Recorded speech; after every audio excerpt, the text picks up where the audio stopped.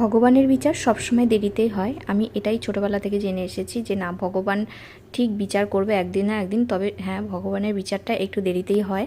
তো দেখো বন্ধুরা, আমার সাথে এমন একটা ঘটনা ঘটেছে যেটা কিনা খুবই অপরাধ করেছে একজন মানুষ। তো সেই মানুষের শাস্তিটা এত তাড়াতাড়ি যে সে পাবে, আমি কিন্তু কখনোই ভাবতে পারিনি যে এত তাড়াতাড়ি কখনো বিচার হয়। তো যাই হোক, তো ভগবান আছে, ভগবানের ওপর বিশ্বাস রাখাটা উচিত আমাদের প্রত্যেকের।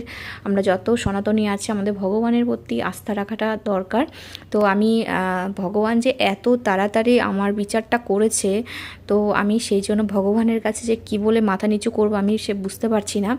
তো শতকোটি কোটি কোটি প্রণাম করেও আমি এই ঋণ আমি শোধ করতে পারবো না। তো এই এত মানে কি বলবো, আমার এমন কাছে মানে এত কি বলবো, আমি কথা আমার তুললে আছে।